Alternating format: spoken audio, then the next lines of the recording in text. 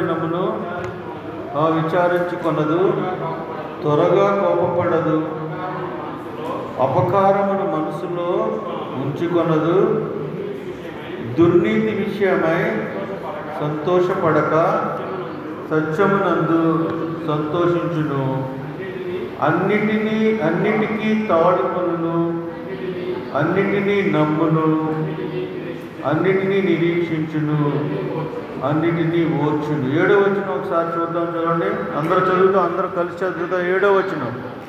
అన్నిటికీ తాడుకొనును, అన్నిటినీ నమ్మును, అన్నిటినీ నిరీక్షించును, అన్నిటినీ ఓర్చును. ప్రార్థన చేసుకున్నాం. పరిశుద్ధుడా, ప్రేమగల పరలోకపు తండ్రి, నీ ఘనమైన నామానికి స్తుతులు చెల్లించుకున్నాం. ఆయన మరొక ప్రభు దినాన్ని మా జీవితంలో అనుగ్రహించారు. నీ సన్నిధిలో తోడుకొని వచ్చారు ప్రభువా. గత వారం ఎండలు ఎక్కువ ఉన్నప్పటికీ నీ కాపుదలలో మమ్మల్ని నాయన కాచారు. నీ వందనాలు. సమయంలో నీ వాక్య ధ్యానాన్ని చేస్తుండగా మీరు మాతో మాట్లాడండి. పరిశుద్ధ వాక్యాన్ని ఆయన మాకు అనుగ్రహించండి. పరిశుద్ధాత్మ దేవా సహాయం దయచండి. నీ సన్నిధి మాతో ఉంచమని మా ప్రభువును రక్షకుడైన యేసు నామములో ప్రార్థించి వేడుకొంచున్నాం తండ్రి. ఆమేన్.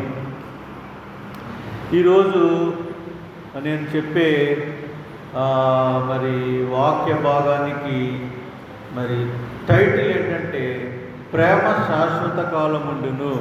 ప్రేమ శాశ్వత కాలముండును. యేసు ప్రభు ఈ లోకంలో మరి ఉన్నప్పుడు 2000 సంవత్సరాల క్రితం ఆయనకి ఎంతమంది శిష్యులు ఉండేవారండి? 12 మంది శిష్యులు ఉండేవారు. 12 మంది శిష్యులు మన యోహాను సువార్త కనుక చూస్తే మొదటి నుంచి 12 అధ్యాయాలు బయట ఆయన గ్రామానికి వెళ్ళి సూచక్రియలు, స్వస్థతలు, అద్భుత కార్యాలు చేశారు. 13వ అధ్యాయం వచ్చేటప్పటికి 13, 14, 15, 16 ఈ 4 అధ్యాయాలు ఆయన అప్పగింపబడిన రాత్రికి ముందు అన్నమాట. ఆయన సిలువ వేయబడక ముందు రాత్రి, అప్పబడక ముందుకు రాత్రి అక్కడ ప్రభు బల్ల ముందు కూర్చున్నప్పుడు శిష్యులతో మాట్లాడతాడు. శిష్యులతో మాట్లాడుతున్నప్పుడు అది ఒక్క సాయంత్రమే, ఒక్క రాత్రే, దగ్గర 5 గంటలు మాట్లాడతాడు వాళ్ళతో. ఎంతమంది? 12 మంది శిష్యులతో. అప్పుడు ఇంకా జన సమూహం ఉండదు, ఇంకెవరు ఉండరు. ఆ ప్రభు రాత్రి భోజనానికి కూర్చున్నప్పుడు పస్కా పండుగ ముందు ఆయన శిష్యులతో మాట్లాడతాడు. 12 మంది. అందులో ఒకడు యూదా దుష్టుడు ఆ హృదయంలో ప్రవేశించి దేవుణ్ణి అప్పగించాలని, యేసుక్రీస్తుని అప్పగించాలని వెళ్ళిపోతాడు రొట్టె తీసుకుని. 11 మందిని ఆయన ఒక కొత్త సమాజంగా, ఒక కొత్త సంఘంగా ఆయన అక్కడ కూర్చోపెట్టి 5 గంటలు మాట్లాడతారు. ఆయనతో 5 గంటలు మాట్లాడిన తర్వాత గెత్సేమనే తోటకి వెళ్ళి అక్కడి నుంచి ఆయన సిలువ వేయబడతాడు. ఈ 11 మందియే ఆయన సంఘం. ఈ 11 మంది గురించి 13, 14, 15, 16 అధ్యాయాలు ప్రార్థన చేసి 17 అధ్యాయంలో వాళ్ళ గురించి మాట్లాడి 17 అధ్యాయంలో వాళ్ళ గురించి ప్రార్థన చేస్తారు. ఇందులో చాలాసార్లు ఆయన చెప్పేది ఏంటంటే ఆఖరి వెళ్ళిపోయే ముందు ఆయన శిష్యులతో మాట్లాడే మాటలు ఏంటంటే ఎక్కువ ప్రేమించండి, ప్రేమ మీద మాట్లాడండి. ఆయన సిలువ వేయబడక ముందు శిష్యులతో మాట్లాడి మాటలు ఎక్కువ దేని మీద ఆధారపడి ఉన్నాయి? ప్రేమ మీద చెప్తాడు. చూడండి, యోహాను సువార్త 13 అధ్యాయంలో 34లో మీరు ఒకరినొకరు ప్రేమింపవలెనని మీకు ప్రతిజ్ఞ ఇచ్చుచున్నాను. నేను మిమ్మల్ని ప్రేమించినట్టే మీరును ఒకరినొకరు ప్రేమింపవలెను. మీరు ఒకని ఎడల ఒకడు ప్రేమ గలవారైన ఎడల దీనిని బట్టి మీరు నా శిష్యులని అందరూ తెలుసుకుంటారు. మీరు ఈ 11 మంది గురించి కాదు, ఎవరైతే ఆయన వెళ్ళిపోయిన తర్వాత మళ్ళీ క్రైస్తవులుగా ఏర్పడి సంఘంగా ఏర్పడతారో వాళ్ళందరి గురించి చెప్తాడు. అంటే మన గురించి కూడా చెప్పిన విషయాలు 17వ అధ్యాయంలో మన గురించి కూడా ప్రార్థన చేస్తాడు. వీరే కాదు, ఈ 11 మందే కాదు, ఇంకా నా ఉన్నారు, వాళ్ళు సంఘస్థులు నా సన్నిధిలోకి వస్తారు, వాళ్ళ కూడా గురించి కూడా ప్రార్థన చేస్తాను అన్నాడు. సో ఈ విషయాలు మన గురించి కూడా చెప్పిన విషయాలు అన్నమాట. అలాగే 14లో ఏమంటాడంటే 15వ వచనం, మీరు నన్ను ప్రేమించిన ఎడల నా ఆజ్ఞలను గైకొందురు, నా ఆజ్ఞలను అంగీకరించి వాటిని గైకొన్నవాడే నన్ను ప్రేమించువాడు, నన్ను ప్రేమించువాడు నా తండ్రి వలన ప్రేమింపబడును, నేనును వానిని ప్రేమించి వానికి నన్ను కనపరుచుకొందును. 23లో 14, 23 యేసు ఒకడు నన్ను ప్రేమించినడలా వాడు నా మాట గైకొనును, అప్పుడు నా తండ్రి వానిని ప్రేమించును. 31, 14, 30 అయినను నేను తండ్రిని ప్రేమించుచున్నానని లోకం తెలుసుకున్నట్లు తండ్రి నాకు ఆజ్ఞాపించి నెరవేర్చినప్పుడు నేను ఎలాగూ చేయుచున్నాను. అలాగే 13లో చూడండి, 13 అధ్యాయం 13వ అధ్యాయం 1వ వచనం, తాను ఈ లోకము నుండి తండ్రి వద్దకు వెళ్ళవలసిన గడియ వచ్చినని యేసు పస్కా పండుగకు ముందే ఎరిగిన వాడై లోకములోనున్న తన వారిని ప్రేమించి వారిని, చూడండి, లోకములో ఉన్న తన వారంటే అప్పుడు ఎవరన్నమాట? 11 మంది శిష్యులు. దాని తర్వాత ఎవరైతే యేసునందు విశ్వాసం ఉంచారో వాళ్ళని అందరినీ ప్రేమించి అంతము వరకు ప్రేమించాడంట యేసు ప్రభు. అందుకనే ఈరోజు మన టైటిల్ ఏంటంటే శాశ్వతమైన ప్రేమ, శాశ్వత కాలం ముందు ప్రేమ. అలాగే 16వ అధ్యాయం చూస్తే కనుక, మీరు నన్ను ప్రేమించి నేను దేవుని వద్ద నుండి బయలుదేరి వచ్చిందని నమ్మితుడు కనుక తండ్రి తానే మిమ్మల్ని ప్రేమించుచున్నాడు. ఇలాగా అనేక సార్లు ప్రేమ గురించి వారికి చెప్పాడు. మీరు ఈ లోకంలో ఉన్నప్పుడు, నా శిష్యులుగా నా సంఘంగా ఉన్నప్పుడు మీరు ఆ ప్రేమ కలిగి ఉండాలి. ఒకసారి మరి నేషనల్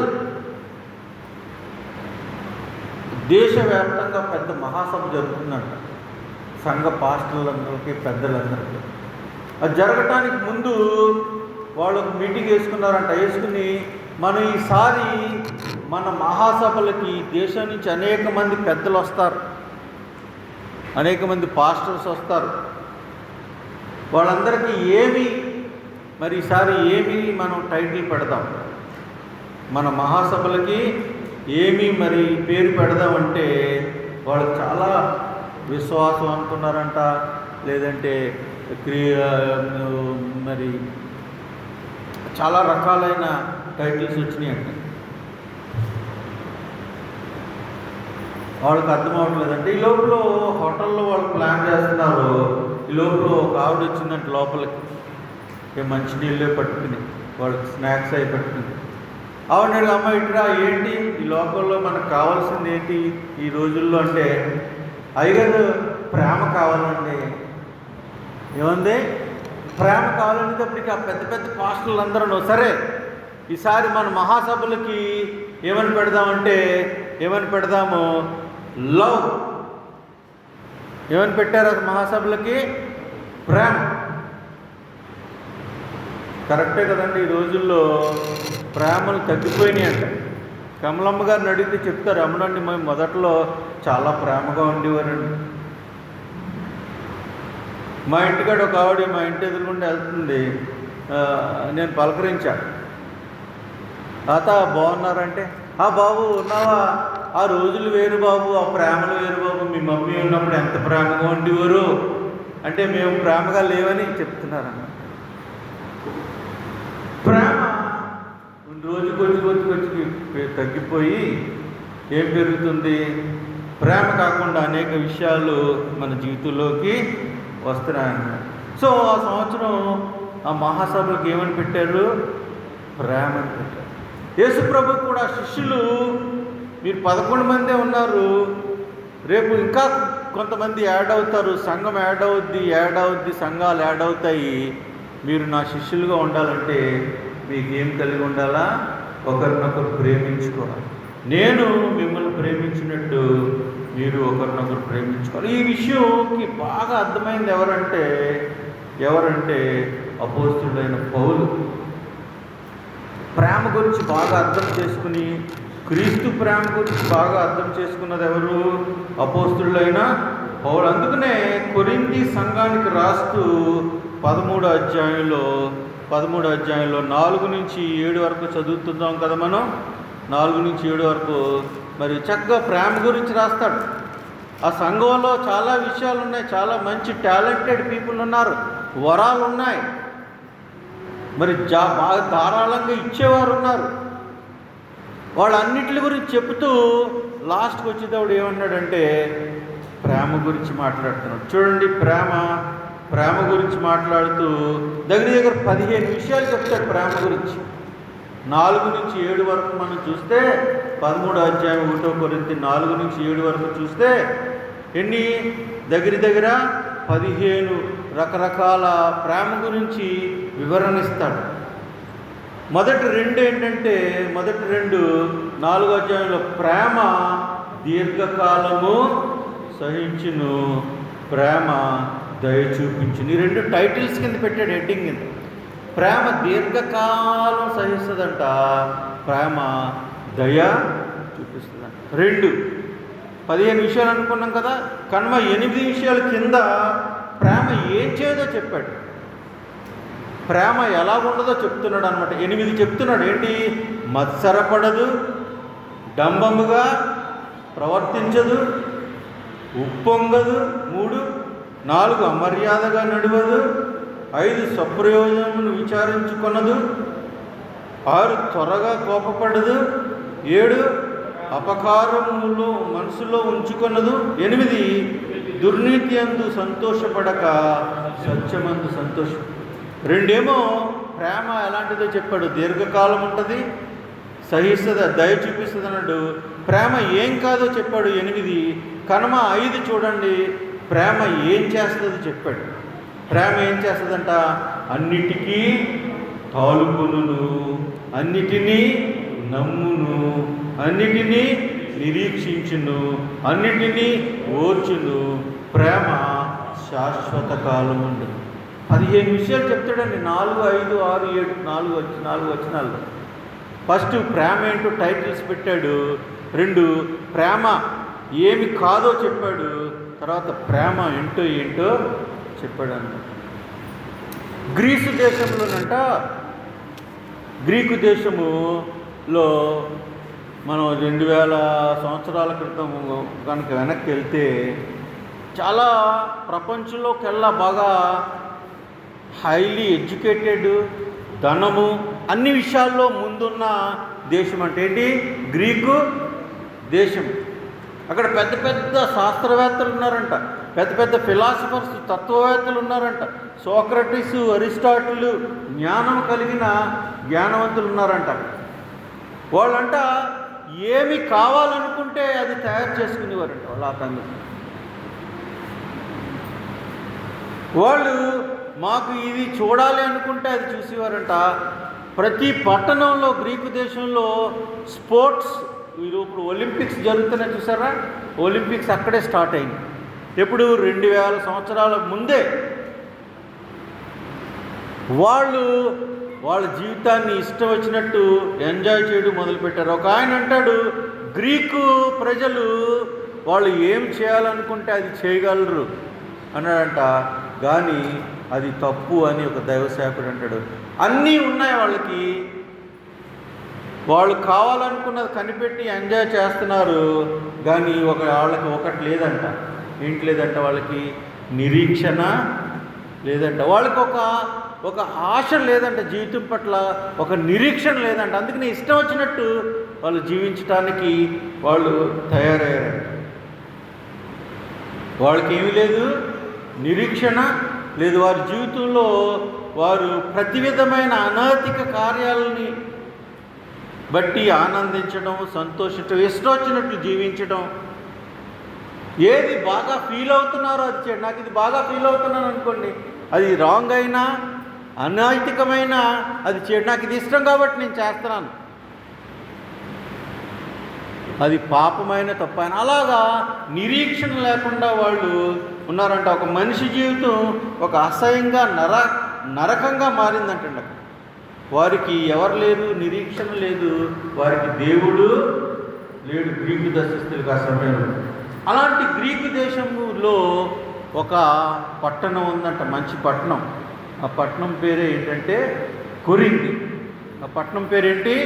కొరింథీ. అక్కడ కూడా ప్రజలు మంచి వ్యాపారరీత్యా అభివృద్ధి చెందింది. అది ఓడల మీద వచ్చి అక్కడ వ్యాపారం చేస్తూ ఉండేవారు. అక్కడ దేవత ఉండేదంట. ఆ దేవత గుడిలో దగ్గర నుంచి 5,000 నుంచి 10,000 మంది ఆ దేవత ప్రాస్టిట్యూట్స్ ఉండేవారంటే ఆ టెంపుల్ మందిరం యొక్క వ్యభిచారిణులు ఉండేవారంట. స్త్రీలు 5 నుంచి 10,000 మంది ఉండేవారంట. ఆ పట్టణానికి వచ్చే వాళ్ళందరూ కూడా అక్కడ ఇష్టం వచ్చినట్టు జీవిస్తేవారంట కొరింథీలు. వాళ్ళు తాగి ఇష్టం వచ్చినట్టు జీవిస్తే యాత్రికులు అక్కడికి వచ్చి ఆ కొరింథీ పట్టణంలో వాళ్ళు అనైతిక పనులేంటి, ఎవరి ఇష్టం వారు. ఎందుకంటే వాళ్ళకి నిరీక్షణ లేదు, వారికి దేవుడు లేడు. కొరింథీలో, గ్రీకు దేశంలో ఉన్న కొరింథీ పట్టణంలో ఇలాంటి పరిస్థితుల్లో ఎవరినైనా తిట్టాలనుకోండి, వాడు కొరింథీరా అన్నాడంటే వాడు తాగుబోతు కానీ లేకపోతే ఇష్టం వచ్చినట్టు తిరుగుబోతు కానీ అయి ఉంటాడు. కొరింథీ అన్నాడు, వీడు కొరింథీ అంటారా అన్నామంటే వేరే చెప్పవసరం లేదు, అర్థమైపోద్ది అనమాట. అలాంటి పట్టణంలో ఒక చిన్న వ్యక్తి భయముతో వణుకుతో అక్కడ బజారు ప్లేస్లో క్రీస్తు సువార్తను ప్రకటించాడు. ఆయన అంటాడు, నేను వణుకుతోనూ భయముతోనూ నేను సువార్త ప్రకటించాను. ఎవరైనా అపోస్తులైన పౌలు ఏం చెప్పాడంటే అక్కడ సువార్త సిలువ వేయబడిన క్రీస్తుని అక్కడ ప్రకటించాడు. సిలువ వేయబడిన క్రీస్తుని ప్రకటించాడు. వాళ్ళు దొంగలు, తాగుబోతులు, విగ్రహారాధికులు, దేవుని అసలు నమ్మేవారు కాదు. అలాంటి కొరింథీ పట్టణంలో మరి భయముతోనూ వణుకుతోనూ దేవుని సువార్తను ప్రకటించాడంట ఆ బజారు మార్కెట్ ప్లేసెస్లో. ఎవరు? అపోస్తులైన పౌలు. వాళ్ళలో కొంతమంది పౌలు యొక్క సువార్తను విని పరిశుద్ధాత్మ కార్యం ద్వారా క్రీస్తు ప్రభువుని చేర్చుకున్నారంట. చూడండి 1 కొరింథీ 6వ అధ్యాయంలో చెప్తాడు. చూడండి, ఆ విషయం జ్ఞాపకం చేస్తాడు అపోస్తులైన పౌలు. 6వ అధ్యాయం 9 నుంచి 11 వరకు చూసామనుకోండి. 1 కొరింథీ 6వ అధ్యాయం 9 నుంచి 11. అన్యాయస్తులు దేవుని రాజ్యమునకు వారసులు కానేరని మీకు తెలియదా? మోసపోకుడి, జారులైనను, విగ్రహారాధికులైనను, వ్యభిచారులైనను, ఆడంగితనము గలవారైనను, పురుష సంయోగులైనను, దొంగలైనను, లోబులైనను, త్రాగుబోతులైనను, దూషకులైనను, దోచుకొని వారైనను దేవుని రాజ్యమునకు వారసులు కానేరరు. మీలో కొందరు అట్టివారై ఉంటిరి గాని ప్రభువైన యేసుక్రీస్తు నామమునను మన దేవుని ఆత్మయందును మీరు కడుగబడి పరిశుద్ధపరచబడిన వారై నీతిమంతులుగా తీర్చబడి. చూడండి, చాలా క్లియర్గా చెప్తున్నాడు. అన్యాయం చేసేవాళ్ళుగా, మరి జారులుగా, విగ్రహారాధులుగా, వ్యభిచారులుగా, మరి ఆడంగితనం గలవారు, పురుష సంయోగులుగా, దొంగలుగా, లోబులుగా, తాగుబోతులుగా, దూషలుగా, దోచుకునేవారుగా ఉండేవారు. మీలో కొంతమంది అలా ఉండేవారు. కానీ క్రీస్తు సువార్తను నమ్మి ఆత్మ కార్యము మీలో జరిగింది. మీరు ఇప్పుడు యేసుక్రీస్తు నామమునను మన దేవుని ఆత్మయందును మీరు కడుగబడి పరిశుద్ధపరచబడిన వారై ఇప్పుడు ఎలా ఉన్నారంటే నీతిమంతులుగా తీర్చబడ్డారు. చూడండి, ఆ పట్టణంలో, కొరింథీ పట్టణంలోనంట జనాలు చూసి ఇది ఇంకా హోప్లెస్ అండి, ఇక్కడ వీళ్ళని మనం బాగు చేయలేము, వీళ్ళని ఇంకా కష్టం అని అనకూడదంట మనం ఎప్పుడు. అలాగంటే దేవుని నామాన్ని తృణీకరించడమేనంటుంది. ఆయన ముఖం మీద ఆయన ఎందుకంటే దేవునికి అసాధ్యమైనది లేదు. ఎలాంటి వారినైనా ఆయన మార్చగలిగే ప్రేమ కలిగిన. చూడండి, కొరింథీలో మనం ఎలాంటి వారిని చూసామో వాళ్ళు ఈ సమయంలో పరిశుద్ధులుగా, నీతిమంతులుగా వాళ్ళు తీర్చబడ్డారు. ఇది మరి దేవుని ప్రేమ. అలాంటి కఠినల వద్దకు వెళ్ళి ప్రేమ అంట వాళ్ళకి ఆ నిరీక్షణ లేని సమయంలో, దేవుడు లేని సమయంలో వాళ్ళు ఇప్పుడు ఒక నిరీక్షణ కలిగి ఉన్నారు. క్రీస్తులో వాళ్ళు దేవుని కలిగి ఉన్నారు, ప్రభువుని పొంది ఉన్నారు. ఇప్పుడు వాళ్ళకి ఒక నిరీక్షణ వచ్చింది.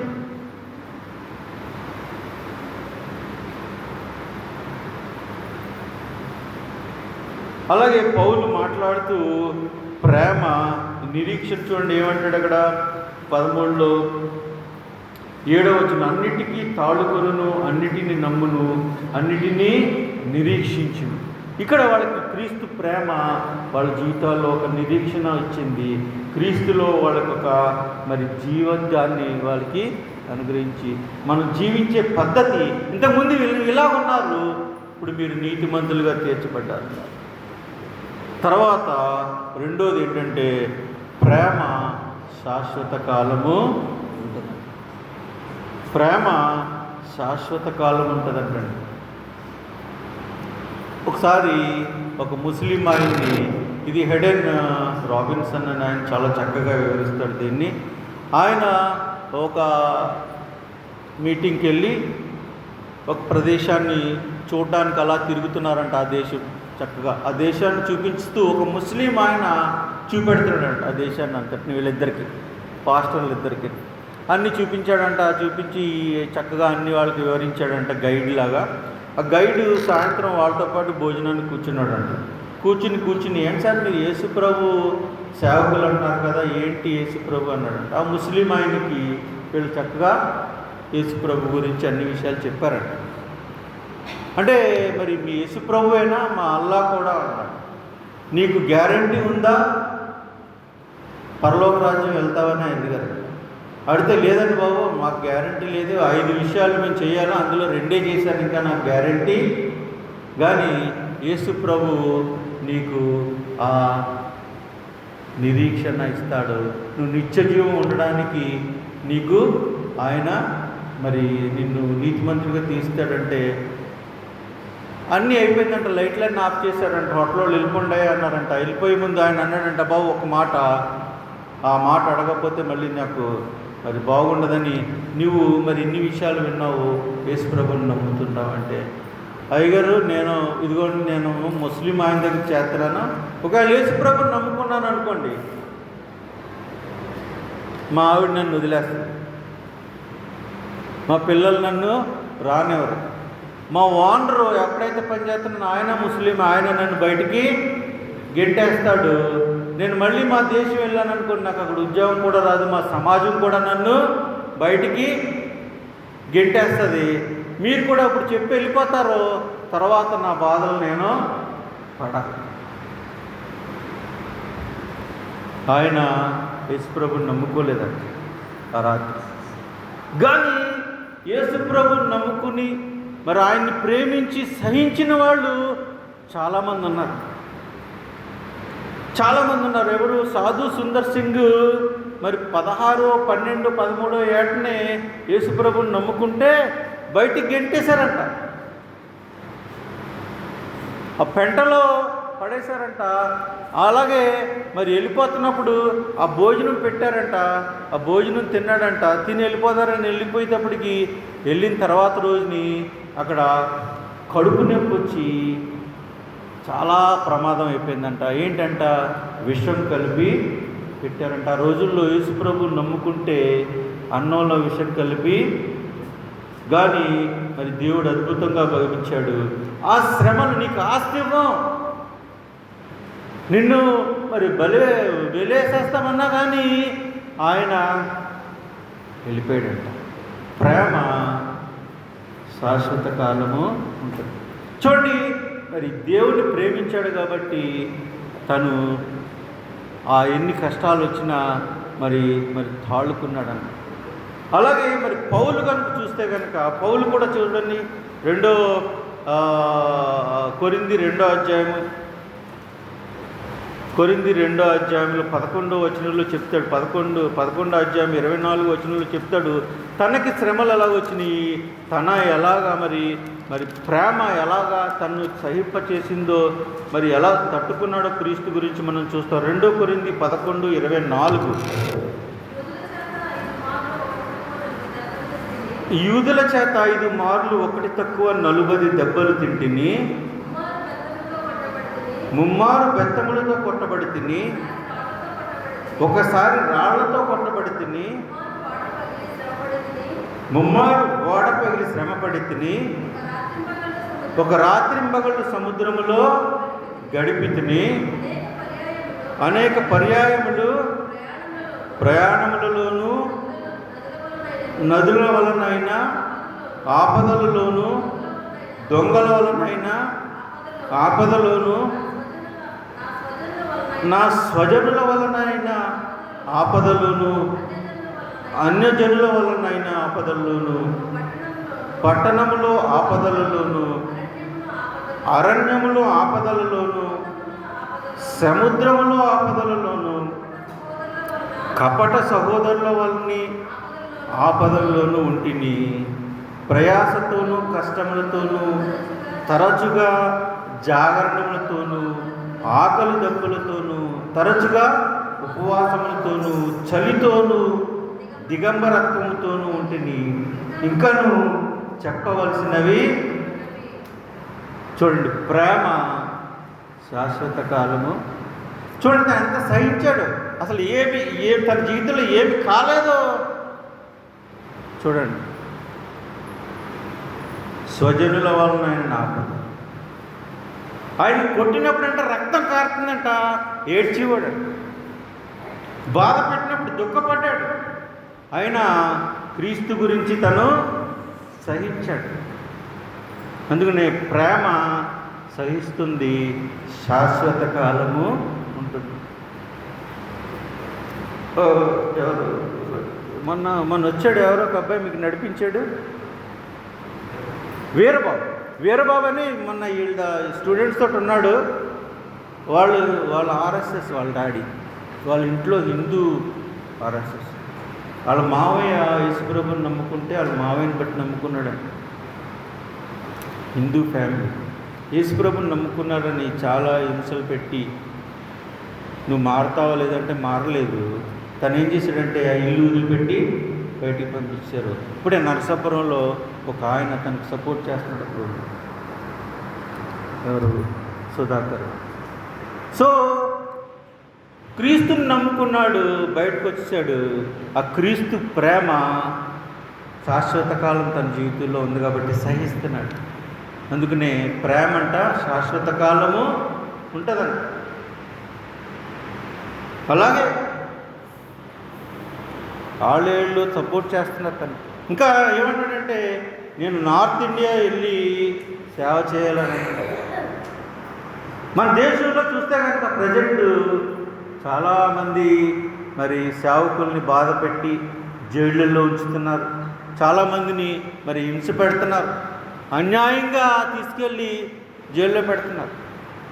చర్చిలో కూర్చుంటున్నారు, వచ్చి బాప్తిసం అడుగుతున్నారు. నిజంగా ఇస్తుంటే ఇదిగో నన్ను బాప్తిసం తీసుకోమన్నాడని జైల్లో పెడుతున్నారు. అలాగా జైల్లో చాలామంది సేవకులు చాలా కాలం ఉండిపోతున్నారు.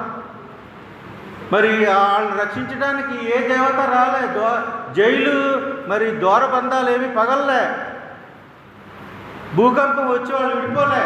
అయినా కానీ వాళ్ళు క్రీస్తు గురించి వాళ్ళు సహిస్తున్నారు. ప్రేమ శాశ్వత కాలము ఉంటుందండి. చూడండి, ఎందుకు ఇలా సహిస్తున్నారు?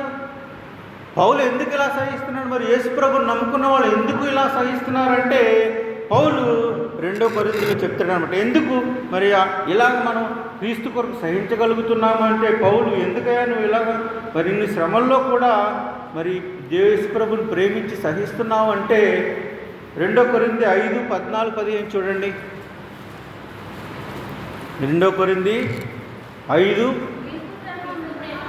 క్రీస్తు ప్రేమ మమ్మును ఎందుకు చేస్తున్నాడంటే ఇది క్రీస్తు ప్రేమ మమ్మును బలవంతము చేయుచున్నది. ఎందుకు? ఏలైనగా అందరి కొరకు ఒకడు మృతి పొందిన గనుక అందరూ మృతి పొందిరనియు, జీవించు వారికి మీదట తమ కొరకు కాక తమ నిమిత్తము మృతి పొంది తిరిగి లేచిన వారి కొరకే జీవించుటకు ఆయన అందరి కొరకు మృతి పొందిననియు నిశ్చయించుకొనుచున్నాం. ఆయన నిశ్చయం ఏంటంట?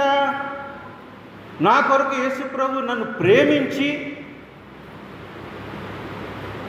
ఆయన నా కొరకు మృతి పొందాడు కాబట్టి నేను ఇంకా జీవించే వారికి మీదట నేను నా కొరకు జీవించకుండా మరి క్రీస్తు కొరకు జీవించడానికి నిశ్చయించు.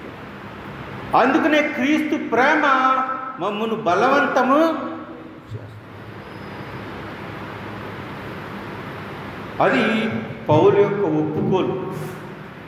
అందుకనే ఇన్ని శ్రమలు పడుతున్నా, ఇన్ని మరి ఎక్కడ ఇంట్లో కానీ మరి సొంత వారే బయట ఎక్కడికి వెళ్ళినా తనకి శ్రమలు అనిపించినా తనకి ఏమనిపించలేదు. ఎందుకంటే క్రీస్తు ప్రేమ తనలో తొందరపడుతుంది. ఎందుకంటే ఆయన తన ప్రాణాన్ని అర్పించాడు.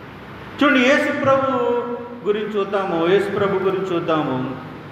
యేసుప్రభు అంట ఆయన ప్రేమ ఏం చెప్తున్నామంది? ప్రేమ దీర్ఘకాలము సహించును, ప్రేమ శాశ్వత కాలముండును. క్రీస్తు ఆ గెత్సేమనే తోటలో మరి ఆయన మరి నేను చనిపోతాను,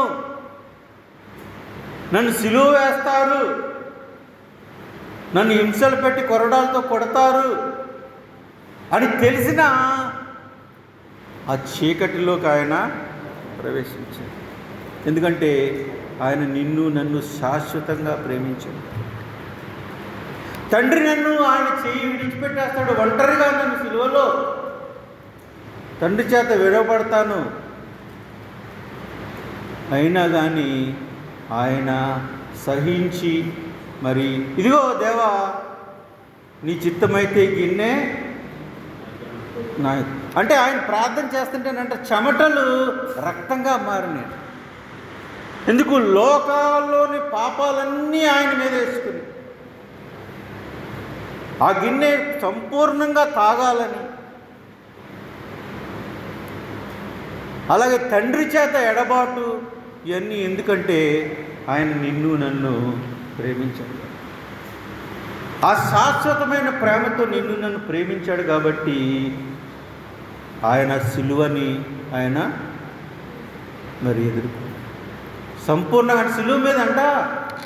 సిలువ మీద ఆ బాధలు శ్రమలు కొంచెం తగ్గుతాయేమో అని ఆ సైనికుడు కొంచెము ఆ గిన్నెని అందించాడంటండి, ద్రాక్ష. ఆయన తాగలేదంట. ఒకటి ఎందుకు? సంపూర్ణంగా నేను వెల చెల్లించాలి నీ కొరకు. సో క్రీస్తు ప్రేమ ఏంటంటే మన గురించి సహించి ఆయన శిలువ మరణాన్ని పొందాడు. నీ చిత్తం కాదు ప్రభువా, నా చిత్తం కాదు, నీ చిత్తమే నెరవేరుగాక. నేను శిలువను ఎదుర్కొని మరి ఆ సఫరింగ్స్, ఆ బాధలు మనం చాలా చిన్న వీటికే విసుకుపోతాం, సహించలేం. కానీ ఇక్కడ ఏమన్నాడంటే అపోస్తులైన పౌలు నిరీక్షణ, విశ్వాసము, ప్రేమ దీర్ఘకాలము సహించు. మనం నిజంగా మరి మాట్లాడుకోవాలంటే ప్రేమ గురించి మనం అంత అర్హులం కాదు. మనం పుట్టినే కోప్పడిపోతాం, పుట్టినే మనం అన్నీ మనసులో ఉంచుకుంటాం. కానీ అపోస్తులైన పౌలు చాలా చక్కగా క్లియర్గా చెప్తున్నాడు. ఏంటంటే ఏమంటాడంటే ఇక్కడ ప్రేమను ఒక మనిషిగా చూపెడుతున్నాడు. ఇక్కడ ఏమన్నాడు చూడండి, 4:13 అధ్యాయం, 1 కొరింథీ 13 అధ్యాయం ఆఖరిగా చూద్దాం. 1 కొరింథీ 13 అధ్యాయము 4 నుంచి 7 వరకు చెప్తూ ఏమంటాడంటే ప్రేమ దీర్ఘకాలం ఏమండి ప్రేమ నువ్వు ప్రేమిస్తే దీర్ఘకాలం అనుకోకుండా ప్రేమను ఒక మనిషిగా చెప్తున్నాడు, ప్రేమ ఒక వ్యక్తిగా చెప్తున్నాడు. బహుశా అది క్రీస్తేమో. ప్రేమ నువ్వు ప్రేమిస్తే దీర్ఘకాలం సహిస్తూ ఉండాలి, కానీ ప్రేమే ఒక వ్యక్తిగా చెప్తున్నాడు. దయ చూపిస్తుందంట, ప్రేమ మత్సరపడదు అంటే ఒక వ్యక్తిగా చేసి ప్రేమను చెప్తున్నాడు అనమాట. ఇక్కడ బహుశా ఆ ప్రేమ కొరింథీయులకు చెప్తున్నాడు అనమాట. మీరు ఇంతకుముందు అన్యాయస్తులుగా ఉండేవారు, మరి మీరు చూడండి, మీలో కొంతమంది జాలరుగా ఉండి జారలై ఉండే విగ్రహారాధకులై ఉండేవారు. మళ్ళీ విగ్రహారాధనకి వెళ్ళిపోతున్నారా? వ్యభిచారులైనను, ఆడంగితనము, పురుష సంయోగులు, దొంగలైనను, లోబులైనను, త్రాగుబోతులైన, దోషకులు, దోచుకునివారు మీలో కొందరు అట్టి వారై ఉంటురి. కానీ ప్రభు అయిన యేసుక్రీస్తు నామమున మన దేవుని ఆజ్ఞందును మీరు కడుగుబడి పరిశుద్ధపరచబడిన వారై నీతిమంతులుగా ఉన్నారు. మీరు ఆ ప్రేమను ఎరిగారా? ఆ ప్రేమ మిమ్మల్ని తొందర చేస్తుంది. పౌలు ఏమిటంటే క్రీస్తు ప్రేమ నన్ను తొందర చేస్తుంది. కాబట్టి ఆఖరిగా మనందరం ఒకసారి 1 కొరింథీ 4వ అధ్యాయం 13వ అధ్యాయము 4వ వచనం తీద్దాం. అందరూ ఒకసారి తీద్దాము. ఒకసారి నేను చెప్తాను. 13వ అధ్యాయం 4వ వచనం. ప్రేమ అన్న చోట మనం ఏం చేయాలంటే మన పేరు పెట్టుకోవాలి. నేను ప్రేమ ఎక్కడైతే ఉందో అక్కడ ఏం చేస్తానంటే నా పేరు పెట్టుకుంటాను. మీరు ఏం చేయాలి? మీ పేరు పెట్టుకోవాలి. మనందరం చదువుతాం ఒకసారి. ఓకే, ప్రేమ అన్న చోట ఏం పెట్టుకోగల? నా పేరు పెట్టుకుంటాను నేను, మీరు మీ పేరు పెట్టుకోవాలి. 4వ అధ్యాయం 4వ వచనం నుంచి 1 కొరింథీ 13 4వ వచనం నుంచి. హెజ్జిబాబు దీర్ఘకాలము సహించును, హెజ్జిబాబు దయ చూపించును. చదవట్లేదా ఏంటి? చదవరా? హెజ్జిబాబు మత్సరపడడు, హెజ్జిబాబు డంబముగా ప్రవర్తింపడు. చదవట్లేదు మీరు? అతడు ఉప్పొంగడు, అతడు అమర్యాదగా నడువడు, స్వప్రయోజమును విచారించుకొనడు, త్వరగా కోపపడడు, అపకారమును మనసులో ఉంచుకొనడు, దుర్నీతి విషయమై సంతోషపడక సత్యమునందు సంతోషించును, అన్నిటికీ తాళుకొనుడు, అన్నిటినీ నమ్మును, అన్నిటినీ నిరీక్షించును, అన్నిటినీ ఓర్చు. ప్రేమ పరలోక తండ్రి, నీకు స్తోత్రాలు రాక ఈ సమయంలో మరి ప్రేమ గురించి మాకు చెప్పారు. ఇదిగో నాయన, క్రీస్తు ప్రేమ మరి అపోస్తుల జీవితంలో తొందర చేసింది. అందుకనే మరి తనవారు సొంతవారు కాదన్నప్పటికీ మరి అనేక ఇబ్బందులు వచ్చినప్పటికీ ప్రభు సహించాడు. మరి ఆ ప్రేమ శాశ్వత కాలం ఉంటుందని తన జీవితంలో కూడా చూపించాడు. నన్ను మేము కూడా నీ ప్రేమను ఎరిగిన వారమే.